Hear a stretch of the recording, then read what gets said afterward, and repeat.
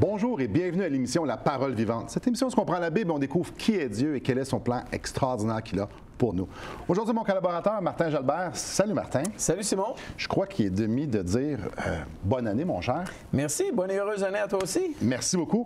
Écoute, souvent, qui dit bonne année vient, c'est quoi tes résolutions de cette année?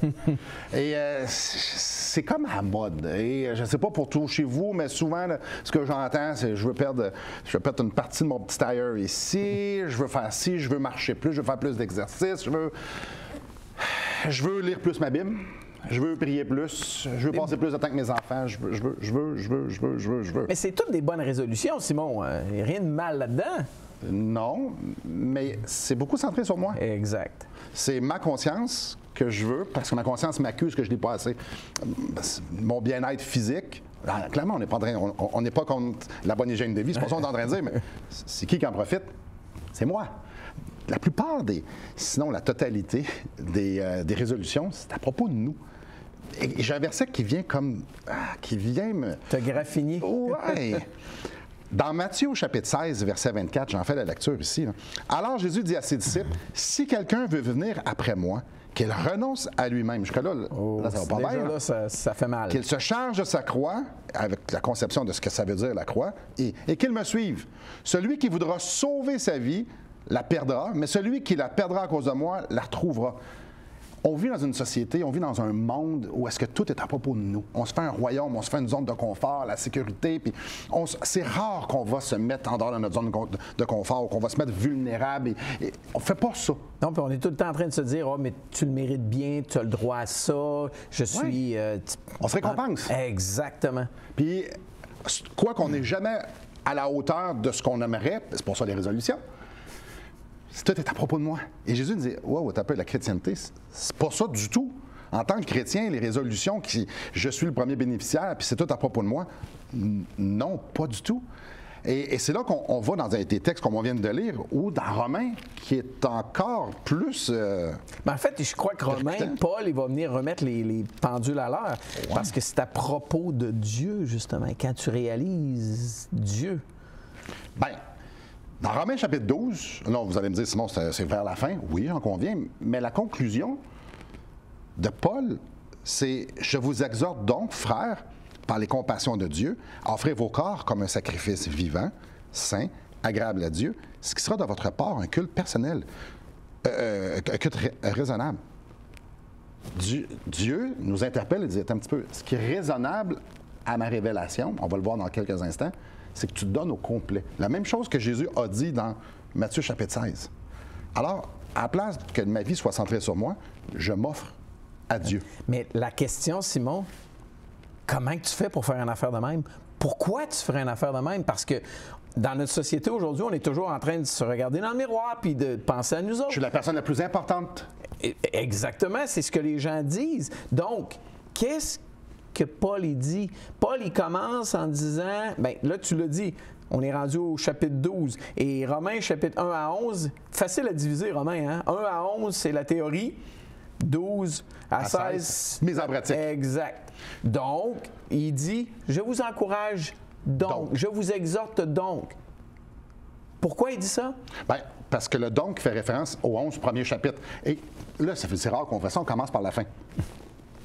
Jouons le jeu, faisons jouer juste le film un petit peu de reculons. On va lire 33 à 36. Parce que ça, c'est son expression, c'est l'expression de Paul. Comment lui conclut personnellement son observation des 11 premiers chapitres, verset 33. Puis en passant, Simon, là, juste avant que tu le lises, les 11 premiers chapitres, on a dit que c'est la théorie, mais en fait, c'est un Paul qui fait miroiter qu'est-ce que Jésus a fait. Il regarde sur toutes les coutures. Puis là, il arrive, il dit, ben, vas-y, je vous exhorte donc. Ouais, OK. Verset 33. Ô profondeur de la richesse, de la sagesse et de la science de Dieu, que ses jugements sont insondables et ses voies incompréhensibles. Car qui a connu la pensée du Seigneur ou qui a été son conseiller? Qui lui a donné le premier pour qu'il la recevoir en retour? C'est de lui, par lui et pour lui que sont toutes choses. À lui la gloire dans tous les siècles. Amen. Donc lui, il regarde les 11 premiers chapitres puis il fait « Aïe, aïe, c'est extraordinaire. » Et là, non seulement c'est extraordinaire, c'est à cause que c'est extraordinaire, je m'offre en sacrifice. Ma vie devrait tourner autour de Dieu. Maintenant, j'aimerais ça qu'on prenne le reste de l'émission, qu'on regarde quelques-unes des choses extraordinaires de ce salut-là. Qu'est-ce qui nous frappe? Incroyable. Et là, ça se peut qu'à la maison, vous dites, hey, là, c'est pas chronologique. Ce qu'on va faire, là, Martin, ce que je nous propose et ce que je nous propose aux auditeurs, c'est quel passage qu'on aime bien. Fait que ça sera pas chronologique, ça suivra peut-être pas, mais le but, c'est de nous amener à, comme Paul, faire wow! Qu'est-ce qui sont des petits trésors là, dans Romains avant que Paul nous fait découvrir? Tu permets que je commence? Ben oui. Au chapitre 3, c'est un classique. Il y a un verset que souvent est cité par les prédicateurs. Tous ont péché, sont privés de la gloire de Dieu. OK, mais il y a tellement plus. Juste avant, mais maintenant, la justice de Dieu. Vous savez que moi, je ne suis pas juste devant Dieu. Hein? Je ne suis pas tellement difficile. Non, parce que tous ont péché. Exact. Donc, il dit, mais maintenant, la justice de Dieu dont témoignent la loi et les prophètes a été manifestée. Indépendamment de la loi. Ce n'est pas la loi là, qui est là. C'est la justice par la foi en Jésus-Christ. Paul, il y a le mot justice dans la bouche, là, dans ce chapitre-là, là, un après l'autre. Au verset... Tout de suite après avoir dit au verset 23 que tout le monde est coupable, il va dire « Et ils sont gratuitement déclarés justes ». Moi, là, d'être déclaré juste devant Dieu par sa grâce, ça veut dire que je ne mérite pas ça. C'est un wow, parce que je mérite la séparation éternelle avec Dieu. Ben, tu es au chapitre 3, je continue ici, au verset 10, ça nous dit « Il n'y a point de juste, ni toi, ni moi, pas même un seul. Nul n'est intelligent. » Et là, on prend à dire qu'on est tous des insensés. Mais dans le royaume de Dieu, dans les choses de Dieu, on n'est pas intelligent. C'est pour ça que ça nous dit, nul ne cherche Dieu. On cherche un Dieu qu'on soit à notre image, mais pas le Dieu. À la base, on cherche notre affaire, pas celui-là que Dieu est. Tous sont égarés, tous sont pervertis. Il n'y en a aucun qui fasse le bien, pas même un seul. Et après ça, Dieu me déclare juste. C'est un gros wow. C'est pour ça qu'on peut arriver au verset 12, au chapitre 12, dire, je vous exhorte donc à vivre d'une façon qui fait que tu as découvert ça. Là. Je continue même moi toujours, je veux juste continuer parce que moi, verset 26, oui. Non, verset 25, il démontre ainsi sa justice puisqu'il avait laissé impunis les péchés, commis auparavant à l'époque de sa patience. Il le démontre dans les temps présents de manière à être juste, tout en déclarant juste celui qui a la foi en Jésus. Dieu, et ça nous amène à qui Jésus est. Il ne peut pas juste « Ah, je suis bon, je vais effacer ton péché ». Non, parce qu'il serait plus juste. Exactement. La preuve, en dedans, s'il y a quelqu'un qui commet un crime puis qui est acquitté, c'est arrivé dans les années passées qu'on a... Notre société a fait comme « c'est inacceptable ». C'est injuste. C'est injuste. Les gens vont crier à l'injustice et on ne peut pas faire ça. Et Dieu est parfaitement justice et il est parfaitement amour. Et il a équilibré ça comment? En envoyant Jésus mourir sur la croix. Hein? Wow! Littéralement. Attends un petit peu. Jésus est mort pour les injustes. Lui qui était juste. On prend une pause. Puis on a juste vu un chapitre. Là. Il y en a encore pas mal d'autres. Je vous invite à revenir après la pause. On va continuer à explorer ce que Jésus a fait et pourquoi la bonne raison ou la seule bonne réponse devrait être de dire « Seigneur, prends ma vie ». Ça devrait être notre résolution pour 2023. Donc, revenez avec nous.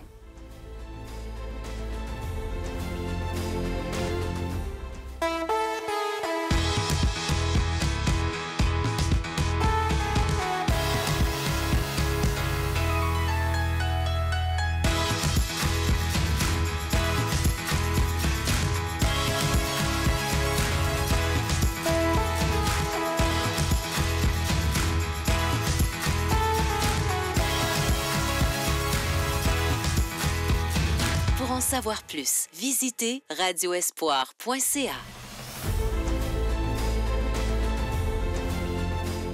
Bonjour à vous. Donc, on est dans cette émission du premier de l'an où est-ce que souvent c'est dans les... on va prendre des résolutions qui sont centrées sur nous. On est en train de regarder, la Bible nous appelle à prendre des résolutions qui sont centrées sur Christ, sur Dieu. Et on l'a vu dans Romains au chapitre 12 que Paul exhorte les Romains de s'offrir en sacrifice, de dire « Seigneur, prends ma vie ». Mais c'est basé sur ce que Jésus a fait. Et on a commencé à en parler juste avant la pause. Et je suis rendu au chapitre 5, Martin. Chapitre 5, verset 1. « Étant donc justifié par la foi ». Moi, sérieusement, là, je lis ça, là, puis ça fait... Et la suite du verset, pour moi, c'est... Nous avons la paix avec Dieu par notre Seigneur Jésus-Christ. Quand on est en chicane avec quelqu'un, Ouais. t'es pas en paix. Là. Ça te travaille. Il t'arrive un petit événement là, quelconque. Pour moi, j'ai tout le temps... Ah non, je vais aller régler la situation parce que je vais être en paix. Et là, peut-être que les gens vont dire, mais moi, je ne suis pas en guerre contre Dieu. Wow, un instant, Dieu a donné sa loi pour nous montrer à quel point il y a un gouffre. Tantôt, tu as lu Romains 3, 23, qu'on est séparés. Je lis Romains 7 au verset 7. Que dirons-nous donc? La loi est-elle péché? Loin de là. Mais je n'ai connu le péché qu'à part la loi. Car je n'aurais pas connu la convoitise si la loi n'avait dit, tu ne convoiteras pas. Dieu nous a donné la loi pour qu'on fasse... Attends un peu, là. Je suis pas une bonne personne, moi. Puis on a juste besoin de prendre les 10 commandements et pas aller très loin. Là. Juste un commandement, puis on fait « Ah, je suis pécheur. » La paix, là, c'est « Moi, je suis contre Dieu. Dieu est contre moi. Et à cause de Christ, je suis justifié et j'ai la paix. » Donc, moi puis Dieu, il n'y a plus rien entre nous deux. Sinon, que de l'amour. J'aime dans ma version, Simon. Justifié, c'est un excellent terme, mais... J'aime comment c'est écrit, déclarer juste. Ouais. Simon, je te déclare que tu es juste devant moi, Dieu dit. C'est incroyable parce que tu sais que tu es coupable. Mais Dieu, à cause des mérites de Jésus, c'est ça. Il te considère juste. C'est injuste, mais la justice de Dieu a été pleinement satisfaite. Aïe. Parce qu'il a payé.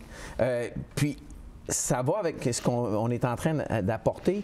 Je veux lire le verset 9 du chapitre 5. On veut prendre des résolutions. Il dit, puisque, à cause... À plus forte raison. OK, dans ta version. À plus forte raison, puisque nous sommes maintenant considérés comme justes, je suis considéré comme juste grâce à son sang, au sang de Jésus qui est coulé sur la croix, nous serons à bien plus forte raison sauvés par lui de la colère de Dieu.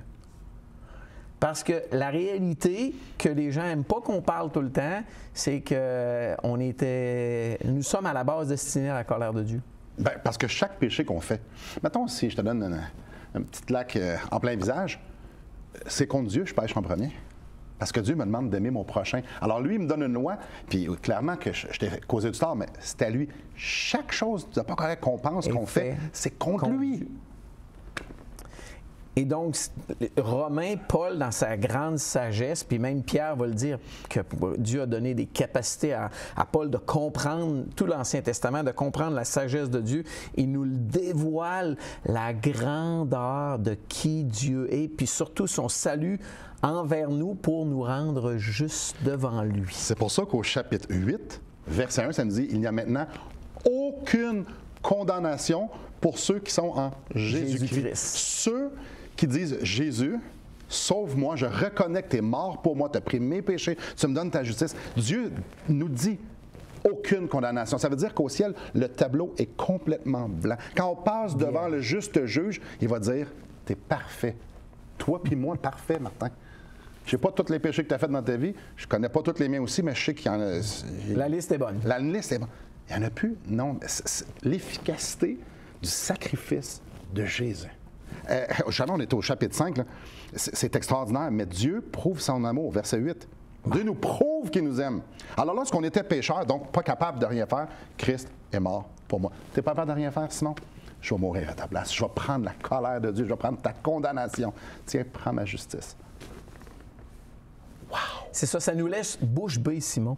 Quand on commence à, pas juste lire là, pour lire, on commence à réfléchir à qu'est-ce que Dieu a fait en notre faveur. Et dans les émissions passées, on vient de parler de la naissance de Jésus, le salut, et Marie, les anges, les bergers, les mages, Anne, Siméon, tout le monde s'émerveillait de quoi? Que Dieu nous avait envoyé un sauveur. Paul le déballe.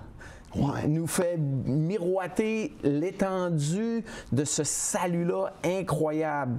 Et je ne sais pas si tu veux retourner tout de suite au chapitre 12. J'ai quoi à dire? J'ai une couple d'affaires à dire avant. Vas-y encore. Es-tu correct? Mais c'est à cause on pourrait continuer indéfiniment à miroiter ce beau salut-là. Mais vas-y, Simon. Il y a deux affaires, je veux dire. La première, c'est dans Romains chapitre 8, verset 38. « Car j'ai l'assurance que ni la mort, ni la vie, ni les anges, ni les dominations, ni les choses présentes, ni les choses à venir, ni les puissances, ni la hauteur, ni la profondeur, ni aucune autre créature ne pourra nous séparer de l'amour de Dieu manifesté en Jésus-Christ, notre Seigneur. » Tantôt, te dit, car tous ont péché, sont privés de la gloire de Dieu. Ici, on vient nous dire qu'il n'y a rien qui peut nous séparer de l'amour de Dieu. Hein? Dieu ne peut pas plus m'aimer ou moins m'aimer. Il m'aime éternellement parce que je suis dans son Fils. C'est incroyable. Quand on commence à voir l'amour de Dieu pour nous en Jésus-Christ, parce que c'est la saison où on se souvient de sa naissance, on est émerveillé. Et ce qui est triste, c'est que souvent dans notre société, il y a un temps même aux États-Unis que c'était plus correct de souhaiter Merry Christmas parce qu'il y avait le mot Christ dedans. C'est troublant. Attends un peu, il a donné sa vie pour moi. Puis là, on ne peut même plus le dire, le mot. Hein? Oui. Je ne sais pas si tu le sais, Simon, une petite parenthèse, mais actuellement, on est en 2022. Oui. Non, on est à partir de ce matin, 2023. Ah oui, c'est vrai, c'est terminé. On dit AD. Avant Jésus-Christ. Non, AD, ça veut dire Anno Domini, les années de notre Seigneur. On est en 2022. Puis avant, on utilisait BC, Before Christ, avant Christ. Mais c'est plus correct d'utiliser ça. Maintenant, c'est CE pour l'ère commune, Common Era, et BCE, Before Common Era. Parce que là, on a enlevé Jésus dans l'histoire. Sauf que ça commence quand? Ça commence à Jésus. Mais on n'a plus le droit de le dire. Et c'est triste, alors que Jésus a tellement tout fait. Dieu a tellement tout fait dans la personne de Jésus pour que nous soyons déclarés justes, qu'il n'y ait plus rien qui nous sépare de son amour. Tantôt, j'ai dit deux affaires, il m'en reste une. Je vais y aller brièvement, très brièvement. Chapitre 10, verset 9. Si tu confesses de ta bouche le Seigneur Jésus, et si tu crois dans ton cœur que Dieu l'a ressuscité des morts, tu seras sauvé. Et ce que Dieu me demande, c'est d'y croire. T'as peur, pas de faire des millions d'œuvres. C'est simple, hein? Tu peux juste croire. Confesse, crois. Admets, crois. Avouer que c'est le terme que j'ai, c'est pas un beau mot, mais je suis flabbergasté. Aïe, aïe. Dieu nous veut de même. Voici ce que moi je te donne en Jésus. Juste, aimer, plus de condamnation. Crois et t'es déclaré juste, on est en paix. Aïe, aïe. Puis on pourrait inviter nos auditeurs à être ébahis de ce salut en Jésus-là. Ça va bien aller avec la prochaine section qu'on va faire. Comment ne pas l'être? Donc, restez après la pause. On va retourner dans Romains, chapitre 12. Qu'est-ce que je devrais donner à un Dieu qui est aussi extraordinaire? Restez avec nous. Depuis maintenant 15 ans, nous avons l'immense privilège d'annoncer la bonne nouvelle de Jésus-Christ. Par la grâce de Dieu, nous avons fait plus de 500 émissions, distribué gratuitement des milliers de livres et que dire des centaines de personnes qui ont répondu par la foi à l'appel de Jésus. Aujourd'hui, nous aimerions inviter ceux qui ont reçu cette bonne nouvelle à faire équipe avec nous. Aimeriez-vous avoir un impact dans la francophonie pour l'Évangile? Joignez notre équipe en participant financièrement à la production de l'émission et en nous permettant de continuer à offrir de la littérature gratuitement à ceux qui sont ouverts à l'Évangile. Contactez-nous. Il nous fera plaisir de vous partager comment vos prières et vos dons peuvent faire la différence.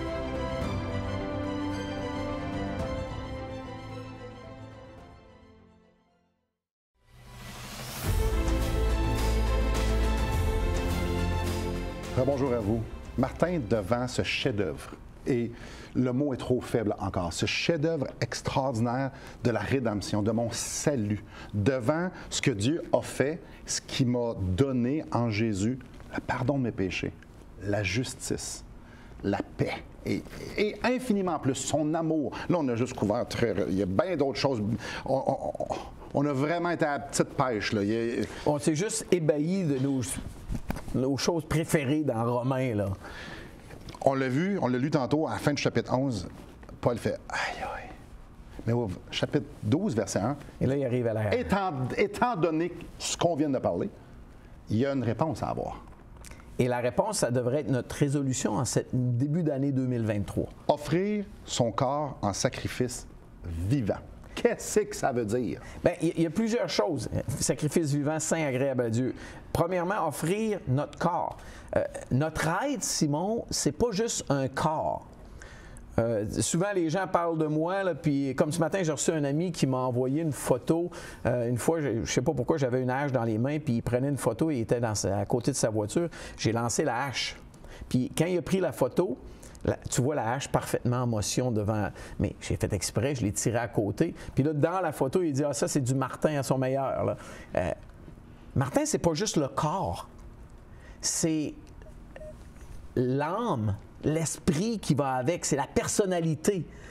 Mais là, Paul, il dit offrir votre corps. Et il utilise le mot grec pour corps. C'est le mot grec soma. Là. L'enveloppe, ce déguisement-là qu'on a. Là. C'est ça, le body, là, la structure.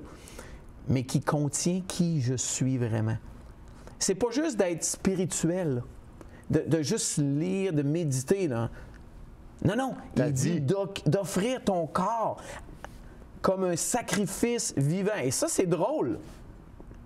Tu ris pas? Oui, parce qu'un sacrifice, normalement, tu tues quelqu'un. Bien, un sacrifice, c'est mort. Puis un juif aurait compris ça comme ça. Un sacrifice, c'est qu'on prenait un agneau.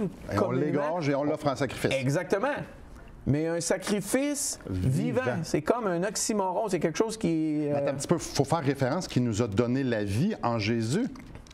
Je suis mort à moi-même, mais vivant pour Dieu en Jésus.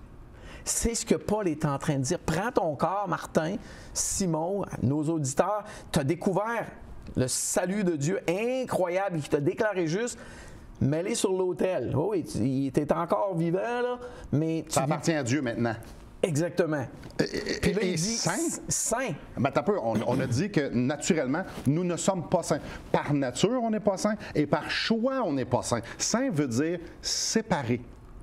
Séparé du reste. Dieu est saint parce qu'il n'est pas comme nous autres. Lui, il est parfait, nous, on n'est pas. Exactement. Dieu, il veut que je prenne mon corps, là, puis je le mette à part pour l'utiliser, pas pour n'importe quelle mauvaise chose, mais pour lui. Et il dit en plus que ça va être agréable à Dieu. Je peux être agréable à Dieu? Non. Non. Au travers la sainteté et la justice de ce que Dieu m'a offert. Je fais un lien ici. Au verset 36 du chapitre 11, il dit « C'est de lui, par lui et pour lui que sont toutes choses. » C'est pour lui que l'existence humaine, l'expérience humaine a été mise en existence. C'est pour lui. Mais ma vie, normalement, dans notre culture, on en a parlé au début, c'est pour moi. C'est contre ma culture, c'est contre ma chair, c'est contre comment je pense. Et ici, ça nous le rappelle. Il a dit au verset 33 et 36, il leur dit ici, non, donne-toi à Dieu. C'est ce que Dieu veut qu'on fasse. T'es là pour lui. Avec notre corps, pour lui. Parce que si tu as réalisé la grandeur, la bonté de Dieu, je prends un exemple banal. Simon, si je suis dans la misère financièrement puis tu me donnes 50 000 pour me sortir de mon trou financier, d'une certaine façon, tu as moyen de le faire. Demain matin, si tu as besoin d'aide, je vais ramper à terre chez vous pour t'aider. Clairement. Je ne vais pas aller tirer des cailloux dans tes fenêtres. Mais Dieu n'a pas donné 50 000. Il s'est donné lui-même. Il y a vraiment quelqu'un qui est mort sur une croix. Il a agonisé. Ils ont vécu. Le Père, Dieu le Fils se sont séparés pour la première fois dans toute l'éternité pour que Jésus devienne péché. Lui, qui était parfait, est devenu péché. Puis il conclut ce verset-là en disant « Ce sera votre part un culte raisonnable ». Bref, c'est le minimum que tu peux faire. Il n'est pas en train de dire que ça va être un culte extraordinaire. Là. Il dit... C'est raisonnable. 50 000, tu es prêt d'en faire beaucoup. Quelqu'un meurt pour toi. Okay. C'est raisonnable que ta résolution cette année, ça soit de vivre pour lui. C'est ça, puis de considérer son salut. Que je ne vive pas juste pour moi, comme tu l'as si bien introduit en début d'émission, qu'on pense à moi. Non, c'est que Dieu soit en premier dans ma vie. Je fais ce que je fais à cause de qui est Dieu et de ce qu'il a fait pour moi. Alors, cette année, ce que je veux, c'est que ma vie soit agréable à Dieu. Alors, je vais faire ce qu'il me demande de faire. Et la première chose, c'est de l'aimer de tout mon être et de le mettre dans sa juste place dans ma vie. Prenez quelques instants pour réfléchir pendant la pause et après, justement, on va terminer l'émission en clôturant ce sujet si passionnant. Restez avec nous.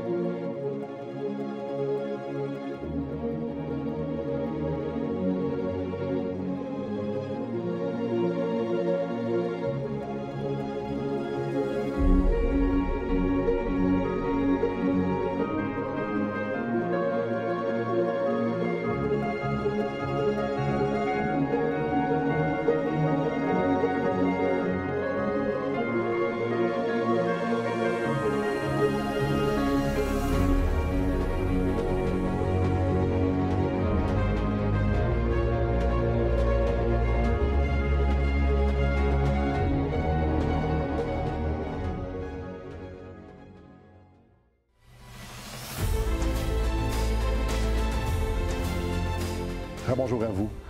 Martin, quand j'étais jeune, il y avait des gros parties de famille, puis les Ouellettes, au-dessus de 100 personnes, c'était énorme. Et j'étais toujours un peu malaisé quand venait le temps de ma tante et de mon oncle, parce qu'ils me disaient tout le temps Hey, je te souhaite du succès dans tes études, je te souhaite de l'amour. J'ai compris qu'au jour de l'an, on souhaitait quelque chose. On se donne des vœux. Donc oui, on prend des résolutions, puis on souhaite des vœux aux gens. C'est quoi les vœux qu'on pourrait souhaiter à notre auditoire, à ceux qui nous écoutent présentement? Juste avant, tu me rappelles, on souhaite beaucoup de vœux, mais aussi une tradition qu'on a perdue, c'était la bénédiction paternelle. C'est vrai. Que j'aimais beaucoup. Et dans l'Ancien Testament, Dieu en a donné une à Moïse. Est-ce que tu veux que je la lise? Ben oui, certainement. Dieu a dit à Moïse, transmets ses instructions à Aaron et ses fils. Voici comment vous bénirez les Israélites. Et je crois que cette bénédiction-là, ça peut être justement ces souhaits-là qu'on aimerait faire. C'est ce qu'on souhaite aux gens, certainement. Que l'Éternel te bénisse et te garde. Que l'Éternel fasse briller son visage sur toi et t'accorde sa grâce. Que l'Éternel se tourne vers toi et te donne la paix. Et ça serait mon souhait pour tous nos auditeurs cette année. Et il y a une chose dans ce texte-là que j'ai lu à 3 reprises, c'est que l'Éternel te bénisse. Que l'Éternel fasse. Que l'Éternel se tourne. Que Dieu soit au centre de vos préoccupations cette année. Oui, il y a plein d'autres choses qui vont nous arriver, mais qu'à la base, Dieu soit présent, soit le centre de notre vie. Pourquoi? Bien, je vous exhorte donc, Paul a dit, à cause de tout ce qu'il a fait pour nous, on n'a pas le choix d'avoir les yeux fixés sur lui. Gardons en tête que c'est de lui, par lui et pour lui que sont toutes choses. Si vous existez aujourd'hui, c'est parce que Dieu veut se glorifier au travers de vous. Et la preuve, c'est Jésus. Malgré que nous, on bousille tout avec nos péchés, Jésus est venu nous rendre propices, est venu nous rendre justes, est venu payer la dette pour nos péchés, est venu effacer nos péchés. Tout ce que j'ai besoin de faire, c'est d'y croire et de dire, Seigneur, sauve-moi. Et c'est pas tout. Quand je rentre en relation avec Dieu, cette bénédiction-là qu'on vient de lire s'adresse à moi.